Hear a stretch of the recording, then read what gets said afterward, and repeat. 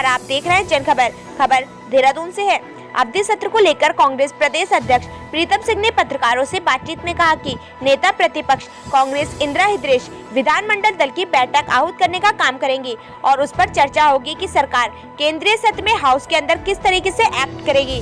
वहीं इस दौरान प्रीतम सिंह ने देश की जीडीपी में गिरावट, बीजेपी विधायकों में नाराजगी व नर्सिंग स्टाफ के वेतन को लेकर राज्य सरकार को घेरा और उसकी जमकर निंदा की।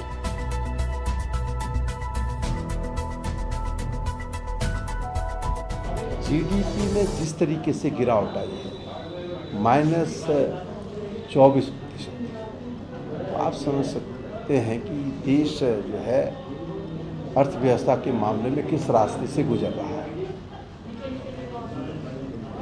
सरकार ने कहा कि देवी आपदा की वजह से या कोरोना की महामारी की वजह से जो है ये गिरावट आई है, लेकिन मैं कहना चाहता हूँ और राहुल गांधी जी ने बिल्कुल सत्य बात कही है। भाई वर्तमान समय में तो हम मान लेते हैं कि जो जीडीपी में गिरावट आई है वो कोरोना की वजह से आई है, लेकिन इससे पूर्व क्या हुआ, इस देश की अर्थव्यवस्था को सरकार ने उस दिन पटरी से उतारने का काम किया जिस दिन सरकार ने नोटबंदी जैसे मूर्खतापूर्ण निर्णय लिए।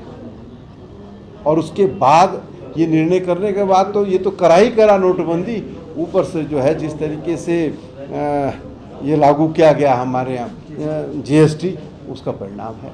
और आज हमारी अर्थव्यवस्था गर्त में चली गई है। आज उस पर कोई चर्चा नहीं हो रही, आज उस पर कोई बात नहीं हो रही। आज अगर बात हो रही तो सुशांत राजपूत पे हो रही। बात हम करते हैं तो जो अवधि सत्र के वो मात्र 3 दिनों की है।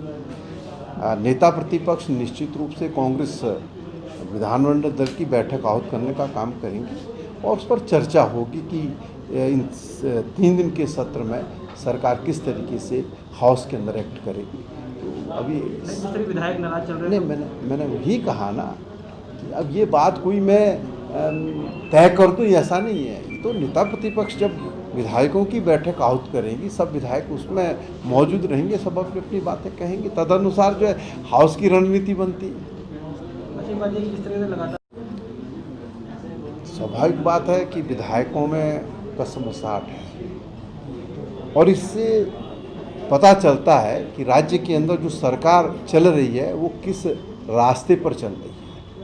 जब विधायक संतुष्ट नहीं है तो हम तो विरोध पक्ष के लोग हैं, विरोध के विधायक हैं, तो हमारे संतुष्ट होने की तो बात ही नहीं उठती। बल्कि उत्तराखंड का आम जनमानस भी सरकार की कार्यप्रणाली से संतुष्ट नहीं है। सरकार हर मोर्चे पर विफल है और विफल सरकार की परिणति इसी तरीके से देखने को मिलती है। क्या माने कि सत्र में अविश्वास